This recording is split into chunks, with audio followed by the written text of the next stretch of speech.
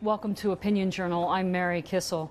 Pope Francis released an important apostolic exhortation in these last days, and it's receiving a lot of attention because of the comments the pontiff made about capitalism.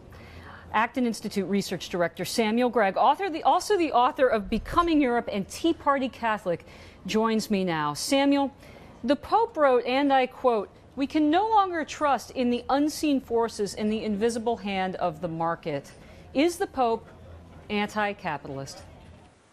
I don't think the Pope is anti-capitalist. I also don't think he's particularly pro-capitalist. He's concerned about poverty in the world, which is not surprising given that he comes from Latin America and more specifically from Argentina, which, as you know, has been an economic disaster for many years now.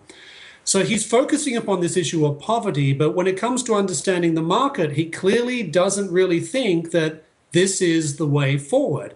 And he also makes some other statements in this document about markets in general. He talks about the absolute autonomy of markets.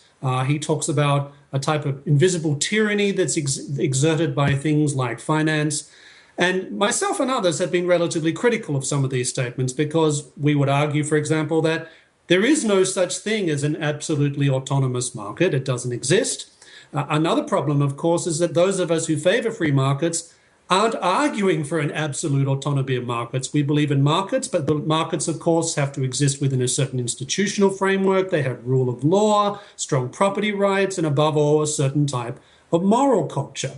So I think that one of the reasons these remarks aroused such controversy was because it's I don't think particularly accurate in terms of its depiction of market forces, but also what those people who are in favor of markets are actually arguing for. Also, there are comments about... Is it possible that the Pope is being misconstrued here, and actually his comments are more about excessive consumerism, too much of a focus on material things and not enough focus on matters of the spirit?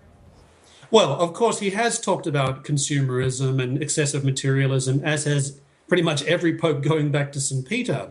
But his comments, while he says those things, he does make some comments about things like whether growth will get people out of poverty. And he seems relatively skeptical of that, despite all the evidence that suggests that growth does indeed get people out of poverty. And there's plenty of evidence to suggest this. So the comments about consumerism and materialism are very well taken, especially here in the West. But to somehow think that that translates into markets themselves being the cause of these problems, well, that's a more questionable claim. Samuel, about 30 seconds left. What are the likely consequences for the Church of this document, of those views? Well, I think it confirms in many people's minds that the Church doesn't take economics seriously. It will confirm in many Catholics' minds that the idea of business is somehow not taken as seriously as it should be, despite the fact that the Pope says that business is a noble vocation.